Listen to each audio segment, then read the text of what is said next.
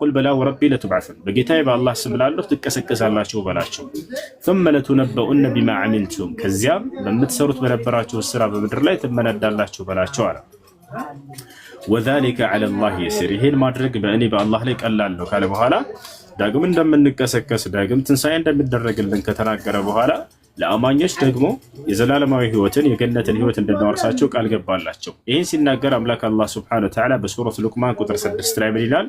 ኢነ ለዚነ አመኑ ወዐሚሉ ሷሊሓት ለሁም ጀናቱ ነዒም ኻሊዲነ ፊሃ ወዕደላሂ ሐቃ ወሁወል ዐዚዙል ሐኪም ይላል። እነዚያ በእኔ በአላህ አምነው መልካምን የሰሩ ሰዎች ለእነርሱ የገነትን ጸጋ አዘጋጅቼላቸዋለሁ በእርሷም ውስጥ ለዘላለም ዘውታሪዎች ናቸው። ይህም የእኔ የአላህ ቃል እውነት ነው፣ እኔ አሸናፊና ጥበበኛ አምላካችሁ ነኝ ያለ ተናገረ እና ይህን ይመስላል ወንድሜ። ከዚህ በኋላ ስለ ሶላት አሰጋገድ በመማር ለዚህ ለመሰከርከው አንድና ብቸኛ ለሆነው አምላክ ለአላህ ብቻ መስገድን ትጀምራለህ ማለት ነው። አሁን ያለንበት ጾም ነው ረመዳን። እርሱንም ከነገ ጀምረህ ትጾማለህ። እስላማዊ ትምህርቶችን ተከታተል። እስላም የሚያዝህን በመፈጸም የከለከለህን በመራቅ በእስላም ላይ ትኖራለህ ማለት ነው። እንኳን ወደ ነቢያት መንገድ ወደ እስላም መጣህ ብያለሁ ወንድሜ። እሺ አመሰግናለሁ። እና የእስልምና መንገድ እንዴት ያገኛሉ ማለት የት እማራለሁ? የምትማርበት መንገድ እሺ ትምህርት የምትከታተልበት መንገድ ፎሎ አድርገህና በውስጥ ቁጥርን ትልኛለህ ከልጆች ጋር አገናኛለሁ ኢንሻአላህ። እሺ አይ ቅድም ልነግርህ እንደሞከርኩት አይነት ምንም እውቀት የለኝምና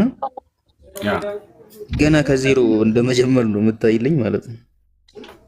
በቃ ችግር የለም ያስተምረዋል። ልጆች ከአሪፍ ጀምሮ ያስተምረዋል። ሁሉ ያገኘዋል ኢንሻአላህ። በውስጥ ቁጥርን አስቀምጠን እሺ አይ አመሰግናለሁ። እሺ መርሐባ። እሺ ከላይ ያላችሁ መናገር ትችላላችሁ። ዙቤር አለ። እሺ زعم الذين كفروا أن لن يبعثوا قل بلى وربي لتبعثن ثم لتنبؤن بما عملتم وذلك على الله يسير.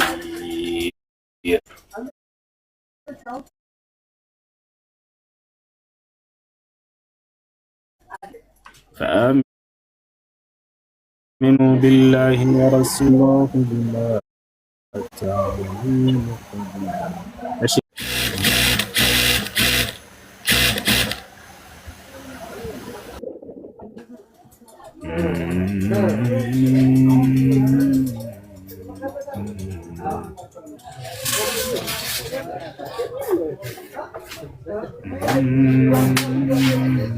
السلام عليكم. وعليكم السلام ورحمة الله. سلام. الحمد لله. يا ولد يا جنا براين نتيجة. ماشي. ጥያቄ ምንድን ነው? አሁን እዚህ ጾም ላይ ማለት ነው እና ጾም የተጀመረ ቀን አንደኛ ቀን ላይ የሆነ ሰው ዝም ብሎ ጨቃጨቀኝ ነበር። ከዛ አጋጣሚ ስራ ላይ ምናምን ስራ አይሰራም። ከዛ ከሙዲሩ ጋር ዝም ብሎ ጨቃጨቃል። በዛ መልክ እኔ ጋር መጥቶ ተጋጨ። ከዛም በኋላ እኔ መጥቶ እንዴት ይታያል? ድገማ። ይቅርታ ድገማ። ስራ ላይ ነኝ ከሰው ጋር ማለት ነው። እሺ ከዛ ያ ሰው ከኔ እኩል አይሰራም። ከዛ እኔ የሰራው እያለ ቀስ ብሎ ሄዶ ከሙዲሩ ጋር ስራ አይሰራም ምናምን ብሎ ያዋቀር ነበር። ከዛ ለምንድን ነው እነዚህ ብለህ የምትነግረው ምናምን ሲለው ከኔ ጋር ለማዋቀር ሲነሳ መጣሁት።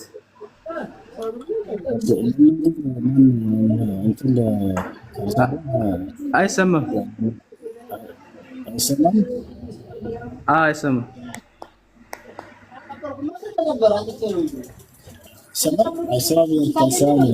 ሰምተኛ አይደል? አይሰማም።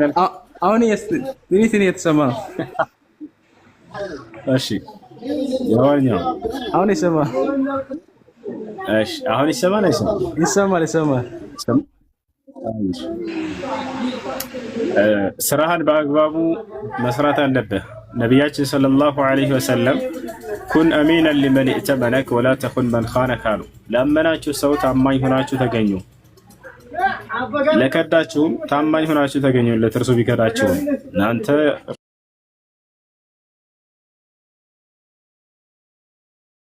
እርሱ አርአያችሁ አይደለምና ብለዋል። ተከሉ በሌላ ቦታ ላይ ነቢ ሰለላሁ ዐለይሂ ወሰለም ወደ አመናችሁ ሰዎች እምነታችሁን አድርሱ ብለው ተናግረዋል። ቢከዳቸው እንኳን እንዳትከዷቸው ታማኝ ሁኑላቸው ብለው ተናግረዋል።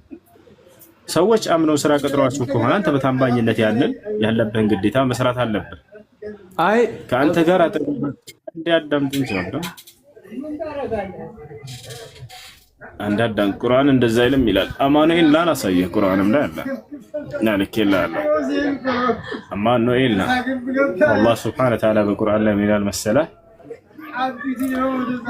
ኢነላሃ የእሙሩኩም አን ቱአዱል አማናቲ ኢላ አህሊሃ ይላል አለ። አማኑኤል ቁርአን እንደዛ አይልም ይላል። ላሳያችሁ ቁርአንም ሐዲስም ይላል። ላሳያችሁ አላህ ይኸውልህ። እና ስራን ታማኝነት ሆነ መስራት አለብህ። ሳትሰራ ቀርተህ ተናግሮ ከሆነ ሐቅ አለው። አንተ ያንን መምታት የለብህም። ይቅርታ ጠይቀው ባጭሩ። እሺ አማኑኤል ሰላም፣ እንዴት ነህ? ሰላም አማኑኤል እንዴት ነህ? ደህና ነው ወይ? አለን። እሺ ጥያቄ አለ? አይ ቆይ አሁን እንኳን ጥያቄ የለኝም።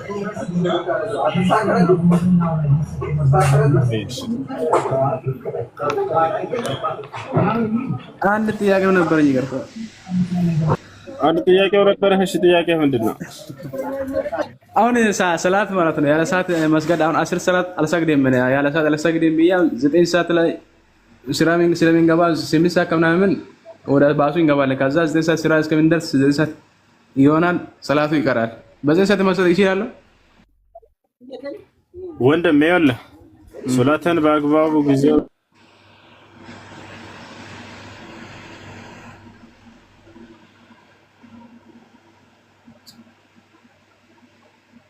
ኔትወርክ ነው።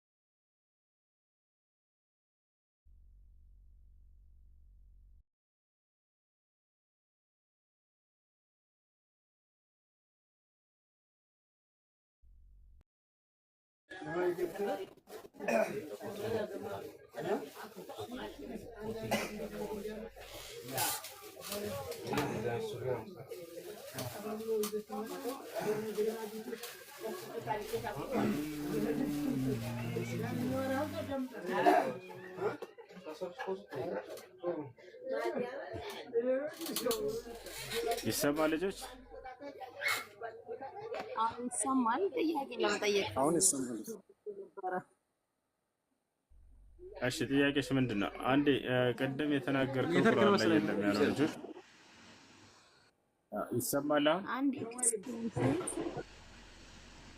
ከአንድ ሙስሊም ወንድ ጋር እኔ ጋብቻ ነው ያለው ጋብቻ ብትፈጽም እናንተ እምነት ምን ይላል? ማለት ይሄን እንዴት ይታያል? አይቻልም። የሌላ እምነት ተከታይ ጋር ትዳር መመስረት አይቻልም። አላህ በቁርአን ላይ ወላ ተንኪሑል ሙሽሪካት ሐታ ዩእሚንና ይላል። በአላህ ላይ የሚያጋሩ ሴቶች እስካላመኑ ድረስ እንዳታገቡ ብሎ ተናግሯል።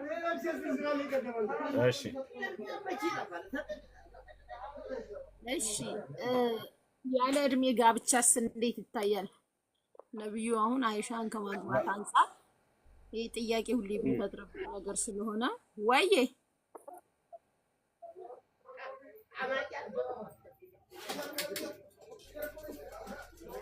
አለሽ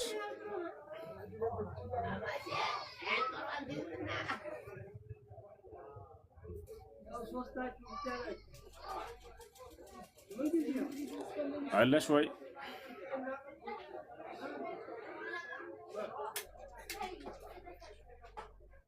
ይሰማል? እሺ ልበልስልሽ? ይሰማሻል? ደስ ይለኛል በጣም ማለት ሁልጊዜ ጥያቄ ስለሚፈጠርብኝ ከልጅቷ እድሜ አንጻር አንድ ነብይ ነው የተባለ ሃይማኖት አባት ይሄን ድርጊት ነብይ ታያለ።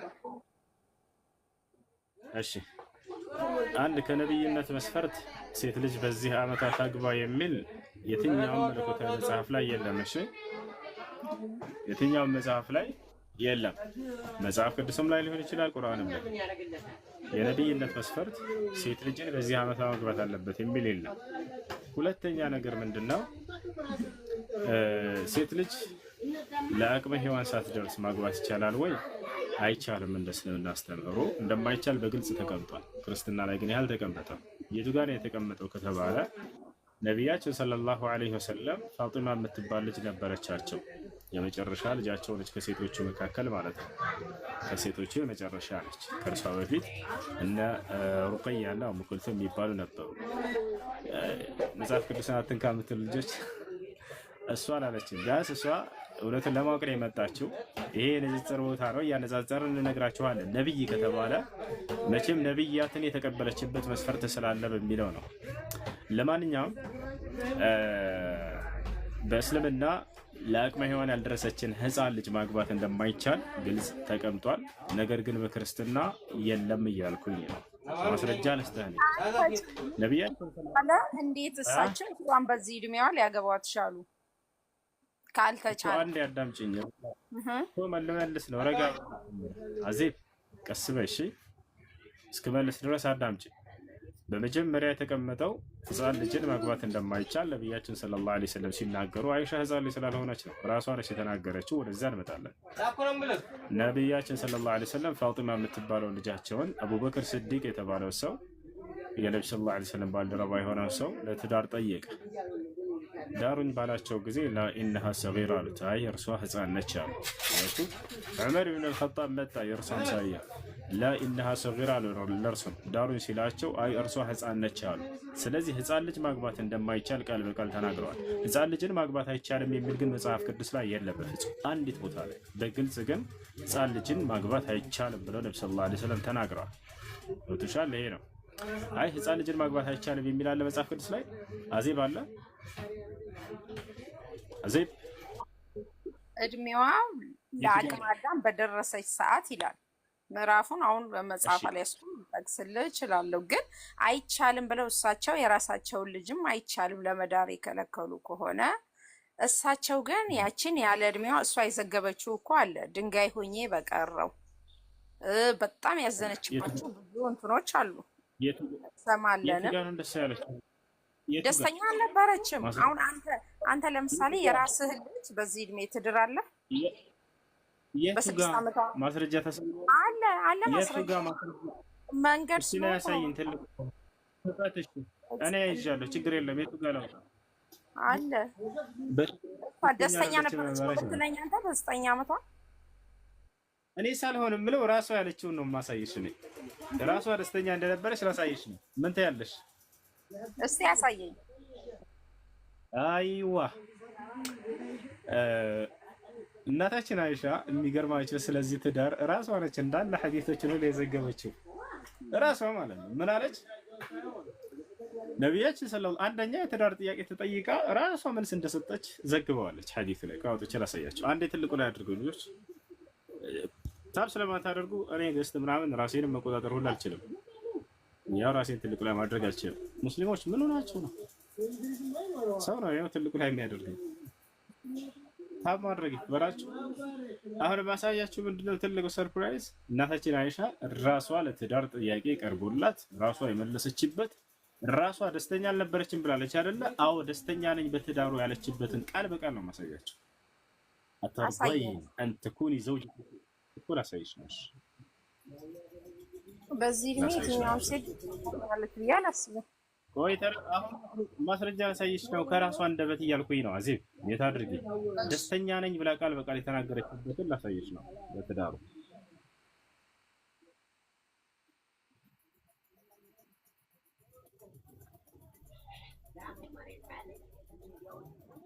انت كوني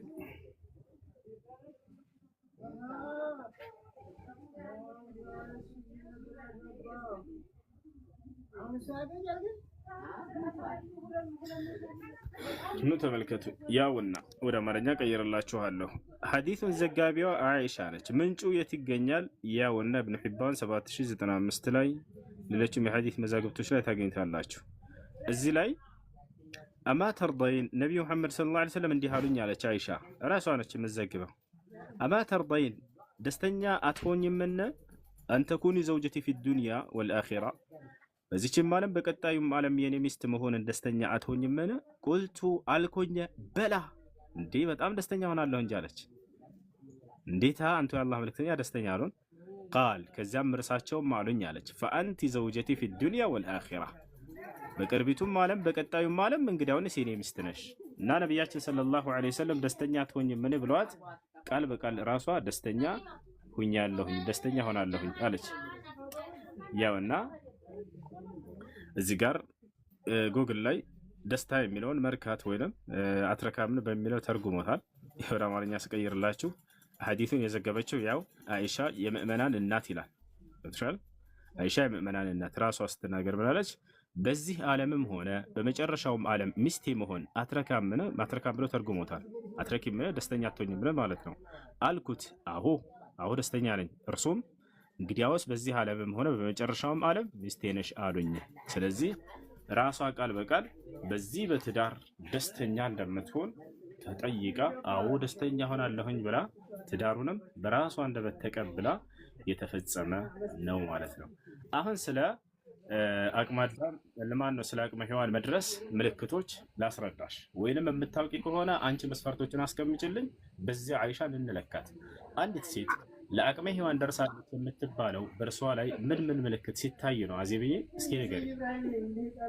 ለምሳሌ ከደረቷ አካባቢ ጡት፣ እንዲሁም የወር አበባ። ሌላኛው ነገር ደግሞ በራሷም አለ አይደለ አፍረትን ስታመጣ ነውርና አፍረትን ክፉና ደጉን በምትለይበት ሰዓት እንጂ አሁን ለምሳሌ እኔ የ9 ዓመት ልጅ ወንድ ልጅ አለኝ። ሴት ደግሞ እንደዚሁ የእህት ልጆች አሉ። ያቺ ልጅ እዚህ እድሜ ለደረሰ ለትልቅ ሰው መዳር አሁን አንተ ያንተ ልጅ ሴት ልጅ መዳር ትፈልጋለህ? በዚህ እድሜዋ ትድራታለህ? አንተ በእኔ ቦታ ብትሆን? አሁን ጥያቄው ስህተት ነው። ጥያቄው ስህተት ነው ያልኩብሽ ምክንያት አሁን እየጠየቅሽኝ ያለሽው አሁን ስላሉ ልጆች ነው አይደለ? ግን ሐዲስ የሚያወራው አሁን ስላሉ ልጆች ሳይሆን የዛሬ 1447 ዓመት በፊት የነበሩ ትውልዶች ናቸው። አንድ ጥያቄ ልጠይቅሽ፣ በዚህ አንቺ በጠይቅሽው የ11 ዓመት ልጅ ሰፈርሽ አይተሽ ታውቂያለሽ? አሉ። አዎ፣ የ11 ዓመት ልጅ ቢያገባ ምን ትያለሽ? ትስማሚያለሽ? በፍጹም አላደርገውም፣ አልደርምም፣ እቃወማለሁ። በጣም ጥሩ፣ በጣም ጥሩ። በዚያ ዘመን የ11 ዓመት ልጅ ያገባ ነበር ወንድ ልጅ። ከዚያ በ13 ዓመቱ ወለደ። ምን ትያለሽ? አየሽ፣ አሁን አንድ ነገር መጽሐፍ ቅዱስ ላይ ያለ ነገር ልንገራችሁ። አንድ ነገር የሰው ልጆች ተክለ ሰውነት ከአዳም ጀምሮ 60 ሜትር ነበረ። ማነው 30 ሜትር ነበረ ወይንም 60 ክንድ ነበሩ። ኃጢአትን ባደረገ ቁጥር የሰው ልጅ በምድር ላይ ተክለ ሰውነቱን እየቀነሰ መጥቶ ነው። ገብቶሻል አይደለ? በአዳም ጊዜ የነበረ ትውልድ ከኖህ ጋር ከነበረ ትውልድ ጋር አይገናኝም። በኖህ ዘመን የነበረ ከአብርሃም ጋር የነበረ አይገናኝም። በአብርሃም ጊዜ የነበረ በሙሴ ዘመን ከነበረ ጋር አይገናኝም። በሙሴ ዘመን የነበረ በመሲህ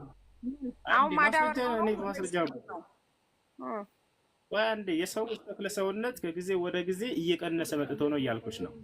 አላህ አዳምን ሲፈጥረው 60 ክንድ ነበር ይላሉ ነብዩ ሰለላሁ ዐለይሂ ወሰለም። ገብቶሻል? ዛሬ እንደምናያት የ2 ሜትር ማትሞላ ሰዎች አልነበሩ። ቃል በቃል ነቢያችን ሰለላሁ ዐለይሂ ወሰለም ሲናገሩ ብላሉ ኢነላህ ኸለቀ አደም ዐላ ሱረቲሂ ጡሉሁ 60 ዚራዐን አሉ። አላህ አዳምን ፈጠረው። ሲፈጥረው ሚዛኔ 60 ክንድ ነበር አሉ። ልጆቹም በምድር ላይ ኃጢአትን ባደረጉ ቁጥር ጸጋን እየተነጠቁ መጡ። ኃጢአት ጸጋን ይነጥቃል አይደል? አዜ አዎ ያንን ባደረጉ የኃጢአት ደመወዙ ሞት ናት ይላል እግዚአብሔር ቃል። አዎ እየቀነሰ መጣ ነው። ስለዚህ የዛሬ 1447 ዓመት በፊት የነበሩ ትውልዶች ወንዶች ራሱ ገና በ11 ዓመታቸው ያገቡ ነበር፣ ትላልቆች ነበሩ እኮ። ይኸውልህ የ11 ዓመቱ ከ9 ዓመቷ አይሻ ጋር ቢጋባ እኮ ለእኔ ኖርማል ነው። ምክንያቱም ከአቅምም አንጻር 9 እና 11 ኖርማል ነው ልትል ትችላለህ። ግን እሳ የ54 ዓመት ሽማግሌና ያችን የምታህል ልጅ አንተ ብትሆን በራስህ ታደርገዋለህ ከሚል አንጻር ነው እንደ ሰውኛ ስናስብ። ምንም ማድረግ አይቻልም። ጥያቄ ያለ ይቀጥል። ለመስማት ዝግጁ አይደለችም። 53 የሚለውን በደጋገም ይዛለች። ጥያቄ ያለው መቀጠል ይችላል። ይኸውላችሁ ጥያቄ ከጠየቃችሁ እያንዳንዱ ቃል በቃል ለምጠይቀው እየመለስኩላት ነው። ደስተኛ አይደለችም ማለች። አይ ደስተኛ ነኝ ብላለች ብዬ እየነገርኳት አሳየዋት። እያንዳንዱ ለምትጠይቁት መልስ እየተሰጣችሁ እንደገና ያንን ነገር አይወራችሁን አትዝጉት። ያ ስለመቀበል ያንን ዝግጁ ሁኑ። ወጣችኋል። በዛን ጊዜ የዛሬ 1447 ዓመት በፊት የ1447 ዓመት በፊት የ9 ዓመት ልጅ ትድራለህ ወይ ልጅህን ብትለኝ አዎ እድራለሁ። አሁን ገና አንቺ የጠየቅሽው አሁን ነው ይችላል አይደል? አሁን ነው። የዛሬ 1447 ዓመት በፊት የነበሩ ልጆች የ11 ዓመት ልጅ ዛሬ ትድራለሽ አልድርም ማለት የዛኔ ግን ያገባ ነበር። ወጣችኋል። ስለዚህ አይሻ ምን ለማለት ነው ባጭሩ ወጣት ሴት ነበረች። ተክለ ሰውነቷ የደረሰች ወጣት ሴት ነበረች። ወጣችኋል። ያ ነው ነቢያችን ሰለላሁ ዐለይሂ ወሰለም ሲያገቧት ወጣት እንደነበረች ራሷ ተናግራለች። አንዲት ሴት ለአቅመ ሔዋን የምትደርስበት እድሜ ላይ ደርሳ ነበር። ቅድም ምላለች? ሴት ልጅ ለትዳር የምትደርስበት ለአቅመ ሔዋንነት ምልክት ስላት የወር አበባ ማየት። አዎ የወር አበባ ታይ ነበር አይሻ። ቃል በቃል ራሷ ምን አለች? ኢዛ በለገት ልብንት 9 ሲኒን ፈሂየ እምረአ አለች። በዚህ ዘመን አለች አይሻ 9 ዓመት ከሞላ ሴት ልጅ እርሷ ለአቅመ ሔዋን የደረሰች ሴት ሆናለች ብላ ተናግራለች። ገብታችኋል? ከአቅመ ሔዋን ምልክት የወር አበባ ማየት ነው። እሷ በራሷ ልጅቱን እንደተናገረች ያንን ታይ ነበር። ይህን ይመስላል። ያለ ግን መጽሐፍ ቅዱስ ላይ ሴት ልጅን በዚህ ዓመቷ ታግባ የሚል መስፈርት የለም። ስለዚህ አንድ ሰው እንደ መጽሐፍ ቅዱስ የ3 ዓመት ህፃን ልጅ ቢያገባ ችግር የለውም። የሚከለክል ምንም አይነት ነገር ስለሌለ በቁርአንና በሐዲስ ላይ ግን ነቢያችን ሰለላሁ ዐለይሂ ወሰለም አደራ ህፃን ልጆችን እንዳታገቡ ብሎ አስቀምጠዋል፣ ከልክለዋል። ህፃን ልጅ እንዳታገቡ የሚል መጽሐፍ ቅዱስ ላይ የለም። አይ ይቀጥሉ። ሰላም አለይኩም ሰላም ወራህመቱላሂ ወበረካቱ። ጫማዬ ታፈራ ድርገ መጽሐፍ ቅዱስ ነበር ጥያቄ ያለ ይብሱዬ ይሰማል? እሺ ቀጥልሽ። ጆሹዋ የሚላለ ይሰማል? ሁሴ ይሰማል? ወንድም ቀጥል። እየሰማ እሺ ሰላም ነው አይደል? እንዴት ናችሁ? በኦሪት አለ ጥያቄ መጠየቅ ፈልጌ ነበረ ከተቻለ። ጥያቄ ምንድን ነው? እሺ አይ ከቁርአናችሁ ላይ ቅድም ስጽፍ ነበርና አጫጭር ሰዎችና ጥቋቁር ሰዎች ጀነት መግባት እንደማይችሉ የሚል ነገር አለና እሱ ነገር ከምን አንግል ነው ብታስረዳልኝ? ልታሳይ ትችላለህ? ይሽዋዬ ደጋግመህ እሱን ጥያቄ ኮሜንት ላይ ስጽፍ አይቻልም። ለዛ ነው ደጋግሜ ጻፍኩ። እሺ አድሚኖች አንድ ትልቁ ላይ አድርጉት። ቪዲዮ ነው የእናንተ ይሰማል? በቁርአናችሁ ላይ ብለሃል። በቁርአን ላይ አጭር ሰዎች ጀነት አይገቡም የሚለውን አሳየን አንድ ጊዜ። ትልቁ ላይ ክፈት። አጭር ሰዎች ጀነት አይገቡም የሚለውን በቁርአን ላይ አሳየን። በቁርአናችሁ ላይ እንደዛ ይላል ብለሃል። ቪዲዮ ላይ ነው ያየው እና የእናንተ ኡስታዝ ነው እንደውም ሴቭ አድርጌያለሁ። እና የኛ ኡስታዝ አይደለም። ምንም ስለ ሃይማኖት እውቀት የሌላቸው ልጆች እየመጡ ቪዲዮ ሰሩ ማለት ላይክ ለማግኘት እነዛ ቁርአንና ሐዲስ ላይ ማለት አይደለም። እየጠየቀኝ ከሆነ ልመልስልህ። አይ አለ ብለህ የምትሞግት ከሆነ ግን ማስረጃ አውጣ። አይ ሳይሆን እኔ ቪዲዮ ላይ አይቼ እንደውም ሴቭ አድርጌያለሁ ቪዲዮና አንድ ስልክ ስላለኝ እንጂ አሳይ ነበረ። አይደለም እንደሱ ሳይሆን የሃይማኖት መለኪያ ቁርአንና ሐዲስ እንጂ አንድ ምንም ስለ እስልምና ግንዛቤ የሌለው ልጅ ጥምጣም ለብሶ ስለተናገረ ያንን ቪዲዮ ይዛችሁ ይሄ የዋህነት ነው። እኔ አንድ ክርስቲያን ልጅ ሰፈር ለሰፈር ቢዞር ልጅ መጥቶ ስለ ክርስትና የሆነ ነገር ተናግሮ ያንን ቪዲዮ ይዤ ዞራለሁ እንጂ ይሄ ሃይማኖቱ እምነት ነው መሰረት ነው ብዬ ይሄ ሞኝነት ነው። አሁን ጥያቄ ከሆነ የምትጠይቀው ልመልስልህ፣ አዳምጠኝ እሺ። ጥያቄ ከሆነ የጠየቀው ልመልስልህ። አይ ሙግት ከሆነ ግን ማስረጃ አውጣ እያልኩህ ነው።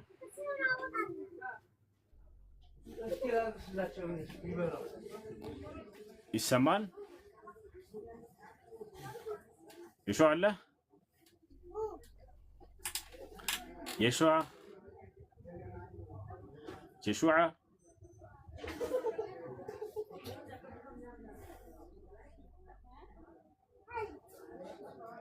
يشوع الله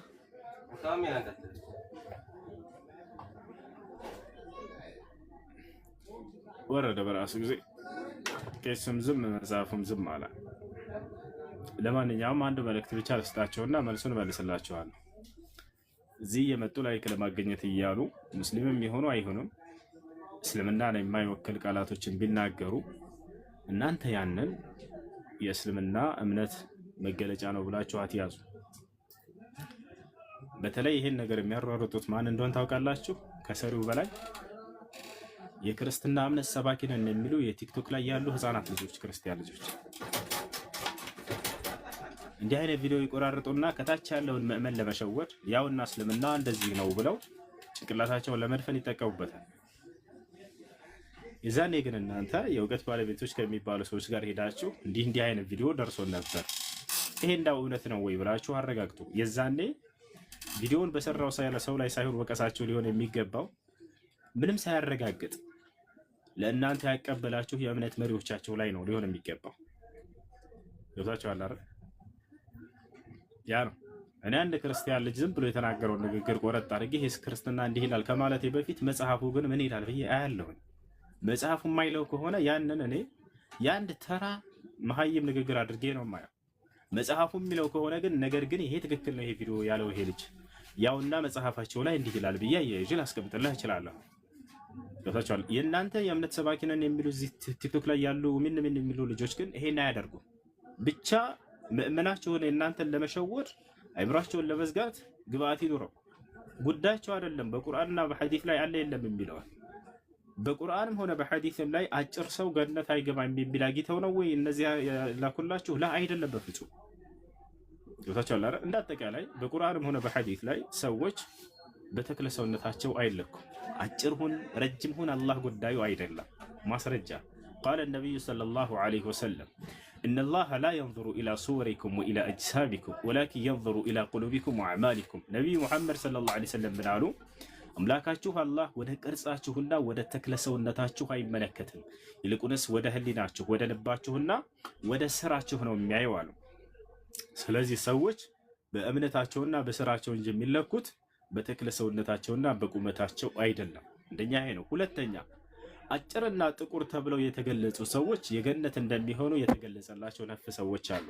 ከነዚያ መካከል አንደኛው ማን ነው ከተባለ ቢላል ኢብኑ ረባህ። ቢላል ኢትዮጵያዊው ሀበሻዊው ጥቁሩ ባሪያው የተናቀውን ነብዩ መሐመድ ሰለላሁ ዐለይሂ ወሰለም አንተ ጥቁር ሰው አላሉት፣ ይቅርታ አንተ ሰው የገነት ነህ ብለው መስከረውለታል። ሰሚዕቱ ቀርዐ ሊዓሊከ ፊል ጀና አሉት። ወታቸዋል እና የገነት መሆኑን ነብያችን ሰለላሁ ዐለይሂ ወሰለም መስክረውለታል ማለት ነው። ይሄን ይመስላል እና ዝም ብለው የሚነግራቸውን ነገር ከማራገብ በታችሁ ብትጠይቁ መልካም ነው። ይሄ ነው። ነገር ግን አጭር ሰዎች እንደ መጽሐፍ ቅዱስ እርኩስ ተብለዋል። መቅደሴን ያረክሳሉ አጫጭር ሰዎች ብሎ እግዚአብሔር ተናግሯል። ይሄን በማስረጃ ላሳያችሁ። አምላክ በፈጠረው አፈጣጠር ሰዎችን በፍጹም እርኩስ ሊላቸው አይገባም። ሁላችንም እንደምናውቀው ርኩሰት የሚመጣው ሰው ልጅ በሚያደርገው በራሱ ላይ ኃጢአት እንጂ አምላክ በፈጠረበት ማንነቱ በፍጹም ሊሆን አይገባም። ነገር ግን እግዚአብሔር አጫጭር ሰዎችን እርኩሶች ናቸው፣ መቅደሴን እንዳያረክሱ እንዳይቀርቡ እነዚህ ብሎ ሲያርቃቸው እናያለን። ማስረጃ ያውና መጽሐፍ ቅዱስ ላይ ያሳያችሁ።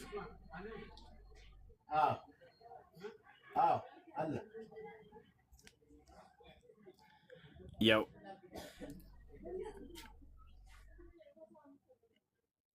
እሺ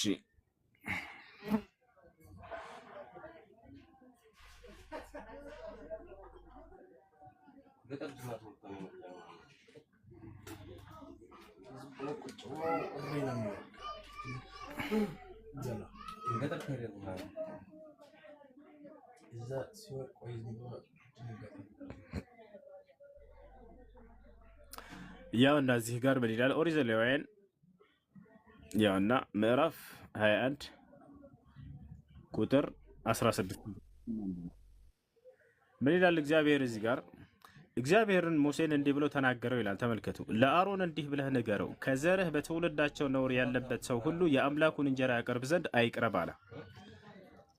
እውር እንግዲህ ነውር ያለባቸው ብሎ እውር አለ፣ ወይንም አንካሳ፣ ወይንም አፍንጫ ደፍጣጣ፣ ወይንም ትርፍ አካል ያለው፣ ወይንም እግረ ሰባራ፣ ወይንም እጀ ሰባራ፣ ወይንም ጎባጣ፣ ወይንም ድንክ አጭሮች ማለት ነው፣ ወይንም አይነ መጭማጫ፣ ወይንም እከካም፣ ወይንም ቋቆቻም፣ ወይንም ጃንደረባ ነውረኛ ሁሉ አይቅረብ አለ። ለምን እንደሆነ ታውቃላችሁ? መቅደሴን ያረክሳሉ ብሎ ይገልጻቸዋል። ቀጥሎ ምን ይላል? ከካህኑ ከአሮን ዘር ነውር ያለበት ሰው የእግዚአብሔርን የእሳት ቁርባን ያቀርብ ዘንድ አይቅረብ፣ ነውረኛ ነው አለ። የአምላኩን እንጀራ ያቀርብ ዘንድ አይቅረብ። የቅዱስ ቅዱሳኑን የአምላኩን እንጀራ ይብላ፣ ነገር ግን ነውረኛ ነውና መቅደሶችን እንዳያረክስ። አላሁ አክበር። ወደ መጋረጃው አይግባ፣ ወደ መሰዋይም አይቅረብ፣ የምቀድሳቸውን የእግዚአብሔር ነኝ አለ። መቅደሶችን ያረክሳሉ አለ። በእስልምና ቤተ መቅደስ ወይም መስጂድ ማንኛውም ሰው እውርም ልትሆን ትችላለህ፣ አካል ጉዳተኛ ያለህም ልትሆን ትችላለህ፣ አጭርም ልትሆን ትችላለህ፣ መምራት ትችላለህ።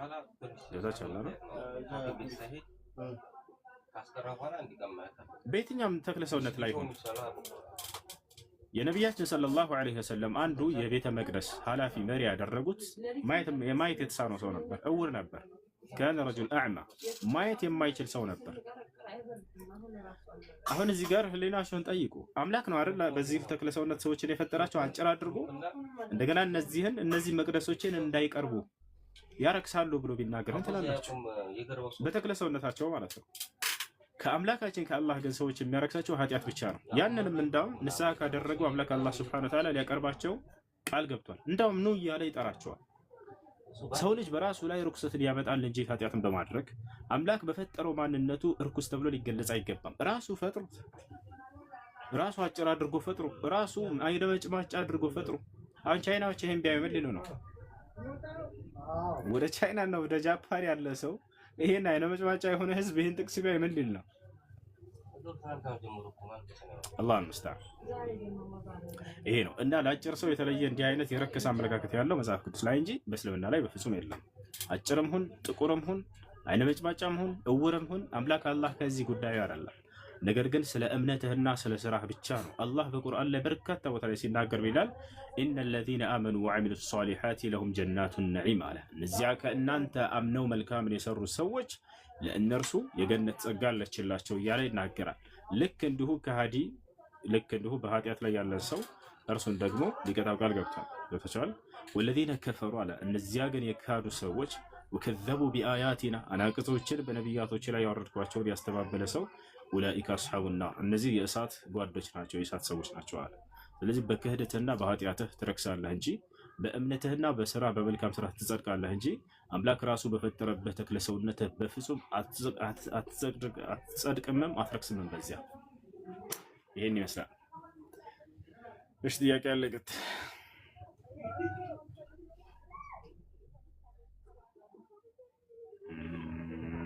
ሰላም አለይኩም ሁሱ ወአለይኩም ሰላም ወራህመቱላሂ ወበረካቱ። ሰላም ነው አሎ አልሐምዱሊላህ። ጥያቄ ነበረኝ። እሺ ውሻ አለበት እና ውሻ ነያሳ ለሀጩ ምን እንደሚነግስ አውቃለሁ። ነገር ግን መላኢካን ለምን ነው የሚያግደው? እሺ ነቢያችን ሰለላሁ ዐለይሂ ወሰለም ሲናገሩ መልአኩ ጅብሪል ዐለይሂ ሰላም ወደ እርሳቸው ጋር መጣ። መልአኩ ጅብሪል ዐለይሂ ሰላም ለነቢዩ ሙሐመድ ሰለላሁ ዐለይሂ ወሰለም በዚህ ጊዜ እመጣለሁ ብሎ ቃል ገብቶላቸው ነበር። በዚያ ጊዜ ግን ጠበቁት፣ ዘገየ፣ አልመጣም። ጅብሪል ደግሞ ቃሉን አያጥፍም። ይወታቸዋል። ነገር ግን በዚያ ሰዓት ዘገየ። ሳይመጣ ቀርቶ ነው ወይ ጅብሪል? ላ መጥቷል፣ ቃልን ጠብቋል። ግን ቤት ነው ያልገባው፣ ውጭ ላይ ነበር። ነቢያችን ሰለላሁ ዐለይሂ ወሰለም ጋደም ብለው ነበር አልጋቸው ላይ። ወጣ ብለው ወደ ውጭ ሲመለከቱ ጊዜ ጅብሪል ዐለይሂ ሰላም በሩ ላይ ቆሟል። ጅብሪል ሆይ ዘገየህ አላቸው ብሎ ጠየቁት። ነቢ ሰለላሁ ዐለይሂ ወሰለም ያልዘገየሁ መጥቻለሁኝ አለ። ወላኪንና ነሕኑ መዓሽረ አልመላኢካ ላ ነድኹሉ በይተን ፊህ ኪላብ ወተማሲል አለ። ነገር ግን እኛ መላእክቶች ውሻና ምስል ካለበት ቤት አንገኝም ብሎ ተናገረ። ለመሆኑ ጅብሪል ዐለይሂ ሰላም ውሻውን ፈርቶ ነው ወይ? ከዚህ በፊት ስለሰማህ ነው። አንዳንድ እስልምናን እንተቻለን የሚሉ ዲያቆኖች ጅብሪል ውሻ ይፈራል በእስልምና ብለው ይሄን ያመጣሉ። ይፈራል የሚላለ ቃሉ ላይ እንደው ፈርቶ ነው? ላ አይደለም። ጅብሪል ዐለይሂ ሰላም አይደለም ውሻን ይሄን ዓለም በሰከንድ አጥፋ ቢባል ማጥፋት የሚችል አካል ያለው እንደሆነ ኢስላም ይገልጸዋል። አላህ ራሱ በቁርአን ላይ ምን ይላል? ዐለመሁ ሸዲዱል ቁዋ ይላል። የብርቱ ኃይል ባለቤት ብሎ ይገልጸዋል ጅብሪልን። ዚ ቁወቲን ዐንደ ዚል ዐርሽ መጂድ፣ የብርቱ ኃይል ባለቤት እያለ በርካታ ቦታ ላይ ይገልጸዋል። የሎጥን ህዝቦች የቀሰፋቸው መልአኩ ጅብሪል ዐለይሂ ሰላም ነው። አምላክ አላህ ወደ አብርሃምና ወደ ሰዶም ህዝቦች ወይንም ወደ ሎጥ ህዝቦች የላከው ሶስቱን መልአክ ነው። ራሱ አምላክ አይደለም የሚወረደው። ወለቀድ አርሰልና ሩሱለና ኢብራሂም ቢልቡሽራ ይላል። በእርግጥም ወደ አብርሃም መላእክቶቼን ልኬያቸዋለሁኝ ብስራትን አስይዤ እያለ አላህ ሱብሓነሁ ወተዓላ ተናግሯል። እንደ አጠቃላይ እነዚያ ሰዎች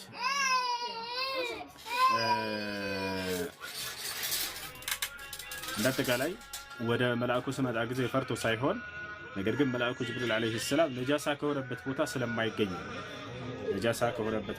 ስለማይገኝ ነው። መላእክቶች ተብሎ እዚያ ቦታ ላይ ሁሉም መልአክ ነው ወይ? ላ ሁሉም መልአክ አይደለም የታሰበበት።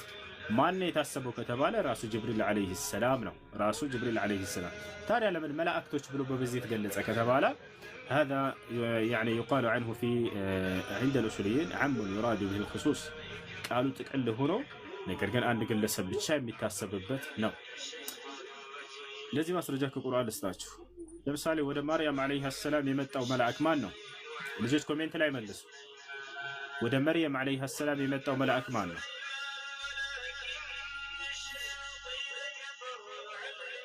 ወደ መርየም የመጣው መልአክ ማን ነው? ጅብሪል። አያችሁ አይደለ? ስንት መልአክ ነው ጅብሪል? አንድ መልአክ ነው። በሱራ መርየም ላይ የማርያም ምዕራፍ ላይ አንድ መልአክ እንደሆነ የመጣ ይገልጸዋል። ነገር ግን በሱራ አሊ ዕምራን ላይ አላህ ምን አለ? ወደ ማርያም ስለመጣው መልአክ ወኢዝ ቃለቲል መላኢከቱ ያ መርየም፣ መላእክቶችም ለማርያም ባሏት ጊዜ አለ። አያችሁ፣ አንድን አካል በብዜት መጥራት የተለመደ ነው። አላህ ሱብሓነሁ ወተዓላ ወደ መርየም የመጣውን መልአክ አንድ መልአክ እንደሆነ ከገለጸው በኋላ መላእክቶች ብሎ ገለጸው። ወታቻላረ ስለዚህ መልአኩ ጅብሪል ዐለይሂ ሰላም እኛ መላእክቶች ውሻ ካለበት ቤት አንገኝም ሲል ጊዜ አልገኝም እያለ ራሱን በብዜት እየገለጸ ነው ማለት ነው። ይሄን ይመስላል ባጭሩ እንጂ ሁሉም መላእክቶች ማለት አይደለም። ወታቻላረ የማይገኝበት ምክንያት ምንድነው ከተባለ ፈርቶ ምናምን እንደሚል ሳይሆን ለእርሱ የማይገኘው በዚያ ቦታ ላይ ውሻ ልጋጉንና ለሃጩን ስለሚያንጠባጥብ እርሱ ነጃሳ ስለሆነ በዚያ በነጃሳ ቦታ ላይ ስለማይገኝ ነው። ምክንያቱ ለምንድን ነው ያልተገኘበት ምክንያት ከተባለ መልአኩ ጅብሪል ለቅጽበት እንኳን አላህን ሳያወሳ መቆየት ስለማይፈልግ ነው። ገብታችኋል? በዚያ በነጃሳ ቦታ ላይ ሆኖ የአላህ ሱብሓነሁ ወተዓላን ክብር ማንሳት አይፈልግም። ስለዚህ እዛ ሳይሄድ እርሱ ባለበት ሁኔታ ሆኖ አላህ ሱብሓነሁ ወተዓላን እያወሳ መቆየት ይፈልግ መልአክ ነው። ምክንያቱም አላህ በቁርአን ላይ ሲገልጸው ዩሰቢሑነ ለይለ ወነሃር ብሏቸዋል። ቀንም ሌትም እኔን አላህን ያወሳሉ መላእክቶች እኔን ይገዛሉ ብሏቸዋል። በዚያ በነጃሳ ቦታ ላይ ሆኖ የአላህን ስም ክብሩን ማንሳት ስላልፈለገ እዚያው ውጭ የቀረበት ለዚህ ምክንያት ነው ማለት ነው። ገብቷል? ሁለተኛ ጥያቄ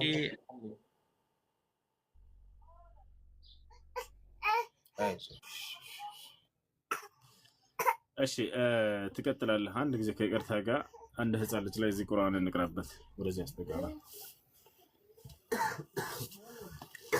أعوذ بالله من الشيطان الرجيم بسم الله الرحمن الرحيم الحمد لله رب العالمين الرحمن الرحيم مالك يوم الدين إياك نعبد وإياك نستعين اهدنا الصراط المستقيم صراط الذين أنعمت عليهم غير المغضوب عليهم ولا الضالين. أعوذ بالله السميع العليم من الشيطان الرجيم من همزه ونفخه ونفثه. بسم الله الرحمن الرحيم. الحمد لله رب العالمين الرحمن الرحيم مالك يوم الدين إياك نعبد وإياك نستعين اهدنا الصراط المستقيم صراط الذين أنعمت عليهم غير المغضوب عليهم ولا الضالين. أعوذ بالله من الشيطان الرجيم. بسم الله الرحمن الرحيم. ألف لام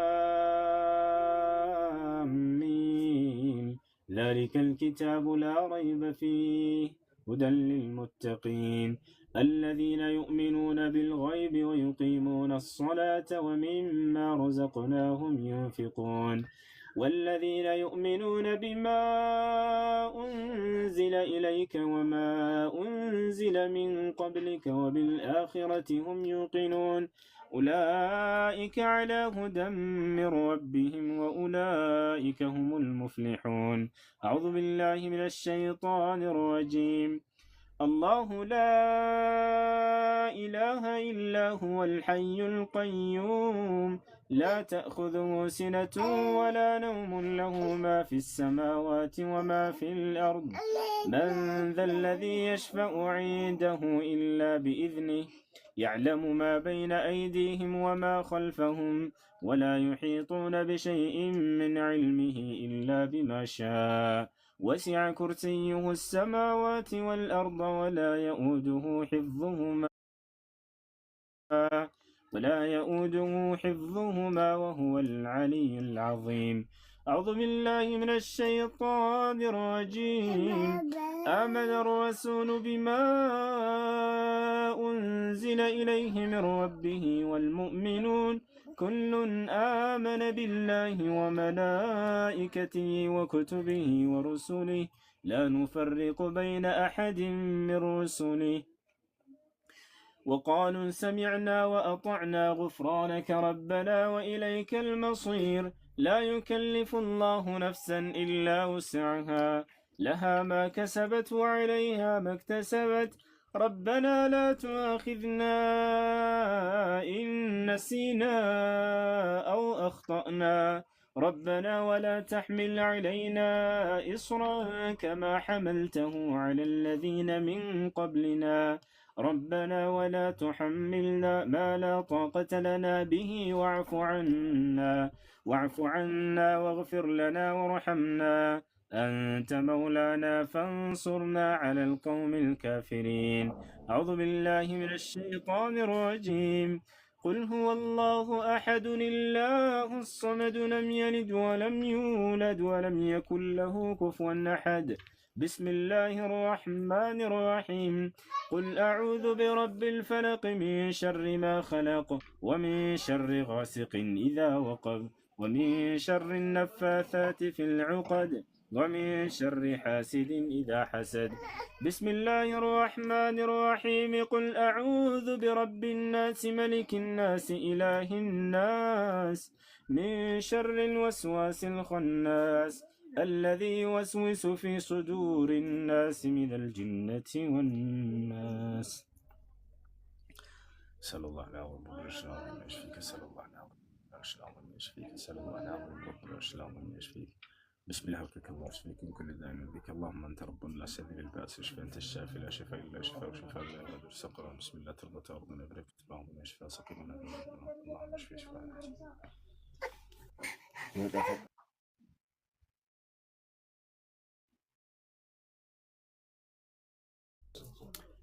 እሺ ሁሱ መልስልኝ። አሁን አያቱላህ በጀነት 72 ቺክ እያጫወቱ ነው ወይ? ናግባ ልኬልሃለሁ። ችግር የለውም። ንግቡና ዛሬ ለመጨረሻ ጊዜ ይሄንን ውሸታ መምህሮቻችሁ የሚጭኗቸውን ሁሉ አራግፍላቸዋለሁ። እያንዳንዱን ወሱ ሰላም ነው ወንድሜ? ናግባ አለ። አልሐምዱሊላህ ኤፊ ናግባ አለን። ጾም አሪፍ ነው አለ። አልሐምዱሊላህ አለና ያው ልጁ ሙስሊምም ስለሆነ እኛ የተቀደረብንን ጠይቅ አንድ ያስቀድመኝና እኛ ያው ተቀድሮብን ስለሆነ እኔ ልጠይቅ ይሄኛው ያመነ ስለሆነ ትንሽ ብታስቀድም። ምንድን ነው የተቀደረብህ? ያው ጥመት ውስጥ ያሉ እንድንድን ወደ ጥያቄ ግባ። አይ ቅድም ካነበብካት ላይ እስኪ አይነ መጭማጫ ምናምን ላልከው አይገባም እንዴ? እሱን ብታሳየን መልሰ ብዬ ነበረ። ካየኸው በዚያ ላይ ሐሳብህን ንገረን። ጥያቄ ምንድን ነው? አዎ አይ ስታነበው እየሰማሁ ነበርና እስኪ እንዴት ስላልገባኝ ነው እኔ እንዴት አድርገህ እንደተረዳኸውና አይነ መጭማጫ እግዚአብሔር አያስገባ ምናምን ላልከው እስኪ መጽሐፉን አሁን ታወጣዋለህ ካልደበረ ፈቃደኛ ከሆንክ እኮ አንብበነዋል፣ አይተሃል። ጥያቄህ በእርሱ ላይ ምንድን ነው? ጊዜ ለመቆጠብ ጥያቄህን ጠይቀን። ያልተረዳኸው ነገር ምንድን ነው? ጥያቄ አይ ያልተረዳሁት ሳይሆን አንተ ያልተረዳኸው ነው የምነግርህ። ሁሱ ምን ነው ያልተረዳኸው ምክንያት? እኔ ምን ነበር ያልኩት? አንተማ አይነ መጭማጮቹ እነዚህ ጉዳት ያላቸው በጥቅሉ ወደ መቅደስ አይገቡም ነው ያልክ አንተ። እና ከምን አንጻር እንደተባለ አልተረዳኸውም። ኖ ቆይ መጽሐፉ እንደሱ ይላል አይደለም? እኔ እንዳልኩት እና ይሄ ትእዛዝ የሚባለው ለነማን ነው ያለ ይላል እኮ። ግን ከምን አንጻር ነው የፈታኸው አንተ? መጽሐፉ ይላል አይደለም ነው ሁሱ። ይኸውልህ አንድ ነገር ልንገርህ፣ አንዳንዴ መጽሐፉ ከምን አውድ ነው የሚፈታ የሚለውን ማወቅ ጥሩ ነው። መጽሐፉ ይላል ወይስ አይደለም? አሁን ያልከውን አንተ የደገምከውን ነው ያልኩት። መጽሐፉ ይለዋል አይለው?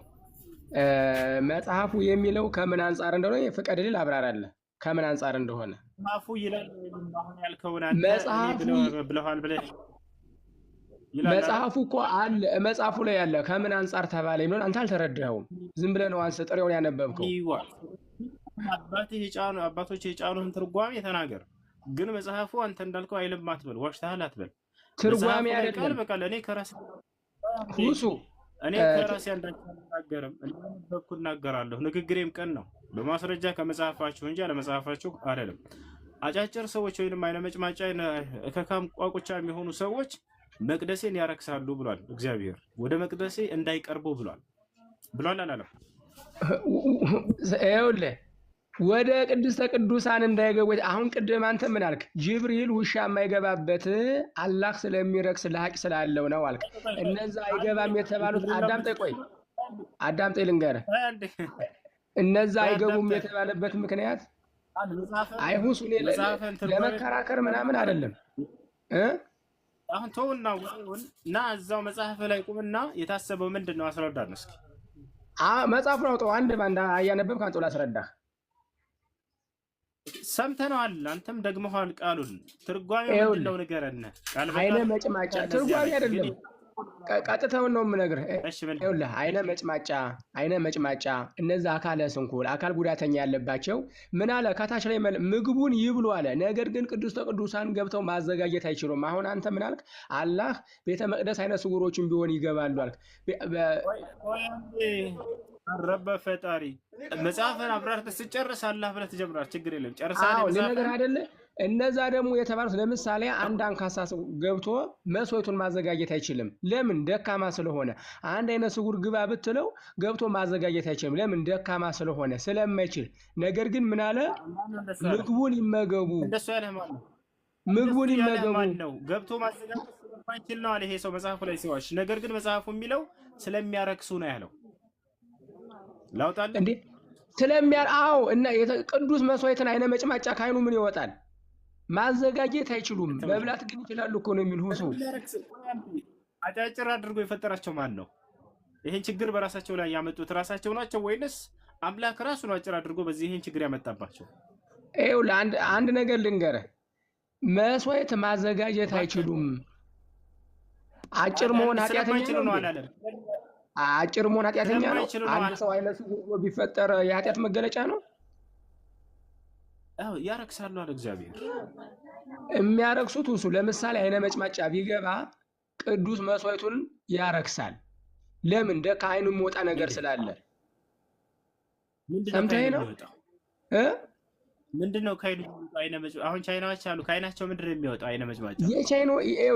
ያንኛው የሚመጣው በሰዓቱ በብሉይ ኪዳን ለምጽ አለ። በለምጽ ሲመቱ ጉዳት ይደርስባቸዋል። ስለዚህ መስዋዕቱን ስለሚያረክሱ ነው። ስለ ለምጽ አላወራም አንቀጹ። ለምጽ የለም እለፍሱን። አይነ መጭማጫዎች ወይንም አይናቸው ትናንሽ የሆኑ ሰዎች ምንድነው ከአይናቸው የሚያመጣው ችግር? አንድ ካፋቸው ፈሳሽ ነገር አይወጣም። አንደኛ ወደ ቅዱስ ሲጀመር የሚል መስዋዕት ለማዘጋጀት ነው። ከአይናቸው የሚወጣለ ብሎ ነበር። አሁን ካፋቸው የሚወጣ ነገር የለም ወይ አለ። ሁሱ ልንገርህ፣ አይ ሁሱ የለም። አይ ተው፣ እኔ አንተ ጋር መጨቃጨቅ ፈልጌ ያለውን እውነታ ነው። ስለ መጽሐፉ ስላለ ታነበዋለህ። ወደኋላ ተመለሰ። ይሄ እኮ ለአንተ ይጠቅምሃል፣ ለመከራከሪያ የእኛን መጽሐፍ ማወቁ ትጠቀምበታለህ አንተ። ግን ልንገርህ የሚለው ከላይ ጀምረህ መስዋዕት የሚያዘጋጁ ጭቆ የመረጠ አጫጭሮችን ሰዎች ያረክሳሉ ብሎ የሚናገር መጽሐፍ አምላክ ራሱ ተጠባቸው አፈጣጠር ፈጥሮ አረጋ በለ ወደ ፈጣሪ ይሄ ምን አለ ስለማይችሉ ነው፣ ከአይናቸው የሆነ ነገር ስለሚወጣ ነው። ብዙ ትርጓሜ ሰጠ በራሱ። ነገር ግን መጽሐፉ የሚለው ምንድነው? ስለሚያረክሱ ነው አለ። ያሰላም ስለሚያረክሱ እርኩሶች ናቸው ይላቸዋል። ይሄ ብቻ አይደለም፣ ሴት ልጅን በወር አበባ ጊዜ እርኩስ ናት ይላል አይደል? እግዚአብሔር እሷን ራሷን ማለት ነው እርኩስ ናት ይላታል። እርኩስ ናት ለሚለው እኮ ቁርአን ላይም አለ። ሁሱ የሴቶች ምዕራፍ ላይ አለ እኮ ምዕራፍ 4 ጀምሮ አለ። እርኩስ አትቅረቧት የሚል አለ። ወዴት ነው የምታመጣው? አየሽ፣ ኦኬ፣ ቁርአን ላይ እርኩስ ናት የሚለውን አሳየን። የቱ ጋር ነው ያልከው? በወር አበባችሁ ጊዜ የሚል አለ የሴቶች ምዕራፍ ላይ አይቼዋለሁኝ። ግን ወደዚህኛውን እንተውና አለ እርኩስ ናት፣ በዛ ጊዜ አትቅረቧት፣ ከነጻሽ በኋላ ግን ቀረቧት፣ የነካችሁም ሁሉ ይረክሳል። አታዳምም እንዴ? ማውራት ብቻ ነው እንዳልችል አዳም። እሷን እርኩስ ያላት የቱ ጋር ነው በቁርአን ላይ? እኔ ግን መጽሐፍ ቅዱስ ላይ ሴቶችን እርኩስ እንዳላቸው እግዚአብሔር ያሳያል። ሴት ልጅ በመጽሐፍ ቅዱስ በጣም የተናቀች ነች። እግዚአብሔር እርኩስ እያለ ነው የሚጠራት። እኔ ከራሴ አንዳች አልናገርም፣ እንዳነበብኩ እናገራለሁ። ንግግሬም ቅን ነው፣ በማስረጃ ከራሳችሁ መጽሐፍ እንጂ ከራሴ አልናገርምና። ዳሩ ግን ትምህርቴ እስከ መጽሐፍ ቅዱስ ነው። አሁን ላሳየህ ነው ሴቶችን እርኩስ እንዳላቸው እግዚአብሔር። ነገር ግን አንተ በቁርአን ላይ አንዲት ቦታ አላህ ሴትን እርኩስ እንዳላት ልታመጣ አትችልም። የቱ ጋር ነው እርኩስ ያላት? ማስረጃ አምጣ አለ ብለሃል። የቱ ጋር ነው ያላት? አጸያፊ ናት የሚል የለም። ሴት ልጅ አጸያፊ ናት የሚል የለም። ሴቷን በፍጹም እንደዛ አይላትም። ሴት ልጅ ውድ ነች ብሎ ነው የሴቶች ምዕራፍ ላይ በማንስትሬሽን ጊዜ ነቢዩ ሰለላሁ ዐለይሂ ወሰለም ስለ ሴት ሲናገሩ አጸያፊ ናት ሳይሆን ውድ ፍጥረት ነች ነው ያሉት። ማስረጃ ቃለ ነቢ ሰለላሁ ዐለይሂ ወሰለም ላ ተክረሁል በናት ፈኢነሁነ ልሙእኒሳቱል ጋሊያት። አረብ ሀገር የምትኖሩ ሙስሊሞችም ክርስቲያኖች ሴቶች ልጆችም ትሰማላችሁ። ጋሊ ነው ይሄ ነገር ሲሉ ምን ማለት ነው? ልጆች እስኪ ኮሜንት ላይ ጻፉት። ጋሊ ይላሉ። ጋሊ ማለት ነው ትርጉሙ ይጽፉልሃል። አሁን ሙስሊሞችም ክርስቲያኖችም የማዳም ቅመሞች ጋሊ ማለት ነው። ይሄ ኮሜንት ላይ ውድ ማለት ነው። ሴት ልጅ በኢስላም በዚህ ቃል ነው የተገለጸችው። ላሳይ እችላለሁ። አውጥቶ ነብዩ ሰለላሁ ዐለይሂ ወሰለም ሴት ልጅ የዚህ ዓለም ውድ ፍጥረት ነች ብሎ ነው የገለጿት። ላ ተክረሁል በናት ፈኢነሁነ ልሙእኒሳቱል ጋሊያት። እንደ መጽሐፍ ቅዱስ ከተባለ ሴቶች እርኩሶች ናቸው ተብሎ ነው የተገለጹት። አንደኛ በምትወልድ ጊዜ እርኩስ ነች። የወር አበባን በምታይ ጊዜ እርኩስ ነች። ከእርሷ የሚወጣውን ደም ቢል ችግር የለውም ነበር፣ እንስማማለንሽ። ያ ነገር ደም ነው፣ ደም እርኩስ ነው። ግን ነገር ግን መጽሐፍ ቅዱስ ላይ እንደዛ አይደለም። ደሙን ሳይሆን እርሷን ራሷን ነው እርኩስ የሚላት። ተመልከቱ፣ ማስረጃ ላሳያችሁ። መጽሐፍ ቅዱስ ዳይ ያውና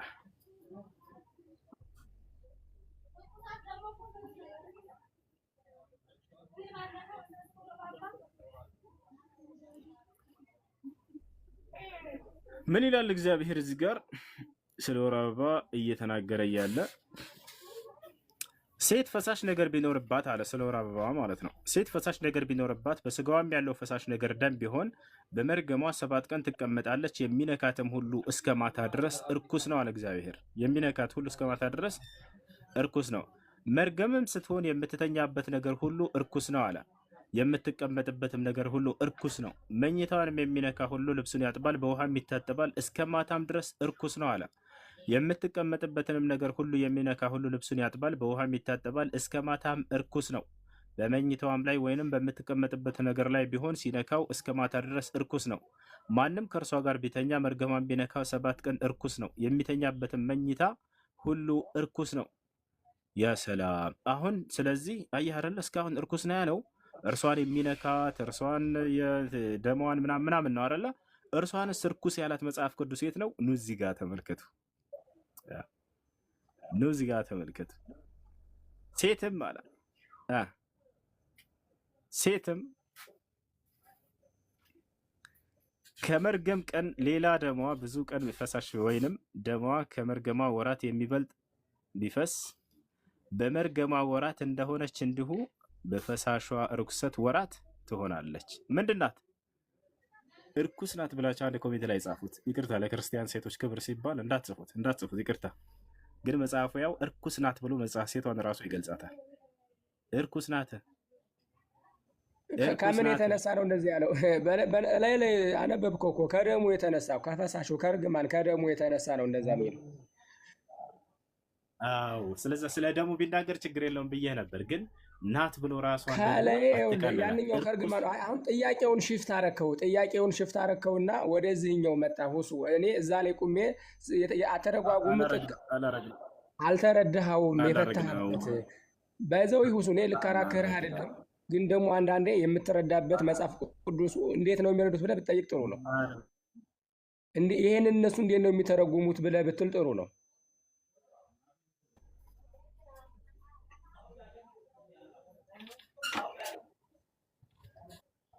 እኛ አይደለንም የምንረዳው፣ ራሱ መጽሐፉ ያስቀመጠው ነገር ነው።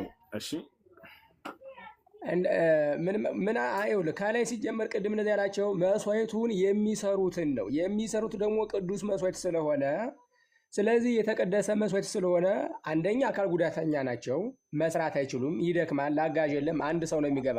ወደ ቅዱስ ቅዱሳን ሊያዘጋጁ የሚችሉ መስዋዕቱን የሚያቀርቡትን ሲመርጥ ነው እንጂ እንደው እናንተ እንዲህ ናችሁና የረከሳችሁ ማለት አይደለም። ከላይ ጀምረህ እንዴት እንዳዘዘው በደንብ ማየት አለብህ እያለ ራሱ መጽሐፍ ቅዱስ ይመልስልሃል። አንተ የምትፈልገውን ብቻ ነው ቆርጠህ ያየኸው። እኔ እኮ ሰምቻለሁ። እንዴ ታዲያ እንዴት ቅዱስ መስዋዕት የሆነ ካይኑ መጭማጫ ያለበት አካለ ስንኩል አንደኛ መስራት ይደክማል፣ መስራት አይችልም፣ የሚያግዝ የለም። ቅዱስ ቅዱሳን የሚገባ አንድ ሰው ነው። ስለ መስዋዕት ማዘገጃጀት ነው የሚያወራ። ለመስዋዕት ደግሞ እርኩሶች እንዴ ምን ሆነ ነው? ይኸውልህ አዳምጠኝ ልንገርህ ሁሱ። ይኸውልህ ይሄ ሲናገር በብሉይ ኪዳን ይኸውልህ ልንገርህ ሁሱ፣ አንዴ ትንሽ ደቂቃ ስጠኝ። ታወራለህ አንተ ጥሩ ልጅ ነህ አንተ። እውነት ለመናገር እግዚአብሔርን ትንሽ አዳምጠኝ። ቆይ ልንገርህ ነገሩን ክሪል ላድርግልህ። ይሄ የሚያወራው ስለ ብሉይ ኪዳን ሕግ ነው።